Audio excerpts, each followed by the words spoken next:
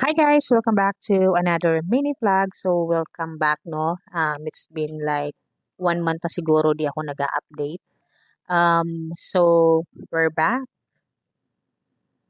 So ang gagawin natin ngayon ay magluluto ako ngayon ng ginataang pinaritong bangus na boneless. So ayan, unahin natin yung gata. Nakapagprito na ako actually ng mga bangus.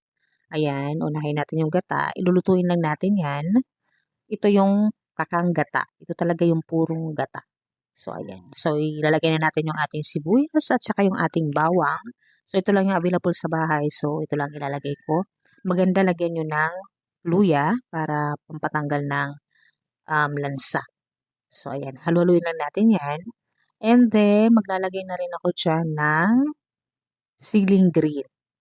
Ayan. So, hindi ko lang siya pinutol-putol kasi di ako sure kung maanghang yan siya o hindi.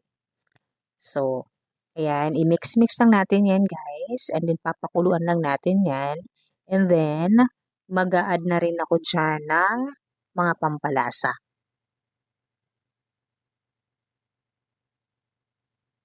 Ayan. So, first, ilalagay ko na itong oyster sauce. Kaunti lang. Kasi medyo manamis-namis to. So, kaunti lang ilalagay natin. Ayan. And then, kaunting toyo. Tapos, itong ating black pepper, yung ating pamintang durog. So, hindi mawawala lagi yan sa aking mga niluluto.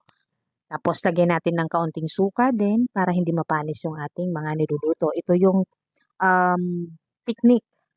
Sa lahat ng mga niluluto po ninyong ulam, lagyan po natin ng kaunting suka para hindi po siya mabilis mapanis. So, ayan. After nyan, imimix lang natin. Ayan o, para maluluto na nga yung ating gata. Namumuo muna siya. So, imix-mix lang natin siya. Ayan, ganyan. Tapos, hindi ko to siya guys tatakpan kasi nga para maluto yung ating suka. Tapos, mag-a-add din ako dito ng kaunting water. Ganyan siya. Kaunti lang, kaunting-kaunti. And then, patis, of course, para masalong masarap yung ating piniritong ginataang bangus. Tapos, maglalagay din ako dito ng kaunting magic sarap. Kaunti lang. Dagdag din po yan sa lasa ng ating pinaritong ginataang bangus. Tapos, nagad ulit ako dito ng ground black pepper kasi sobrang hindi ko nga sa paminta. Ayan. Tapos, mix. And then, hayaan lang po natin siyang kumulo. Tapos, titikman natin yan siya guys kung okay na yung ating panlasa. And then, depende po sa inyo kung gusto nyo medyo maalat-alat. Ako, ayoko kasi na maalat. So, okay na sa akin yung lasa niyan. And then, pakulan na natin mga after mga siguro 3 minutes. Tapos, ayan guys. Kumukulo na yung ating gata. Ayan. So, after nyan guys, ilalagay ko na yung ating pinaritong bangus. Diba? Quick and easy na menu. Ano, napakasarap pa, napaka-creamy. Ayan. So, isang buo to, tapos pinati-hati ko lang siya ng 6. Ayan siya. As in, super sarap niya guys. I-try nyo rin siya na pang-ulam, pang-baon. Pwede din siya. Magtagal lang ako dito sa pagberito. Pero, sa ano ng ating gata, lalagyan natin ng gata, super quick and easy na lang.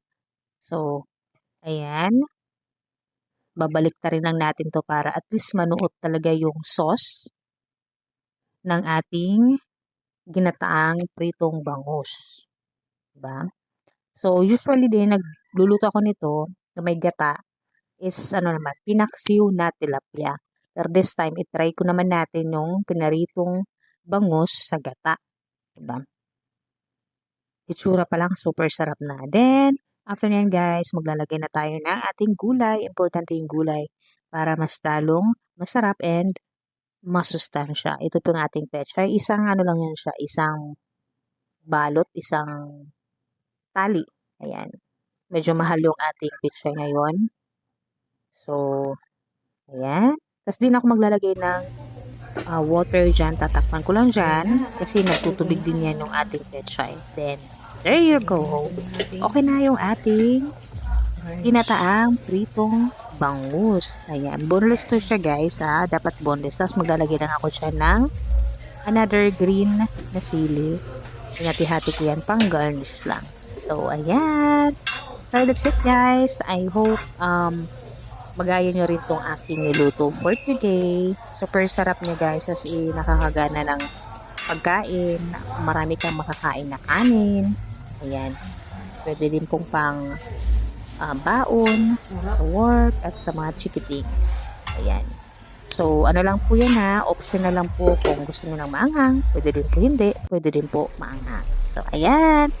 That's it.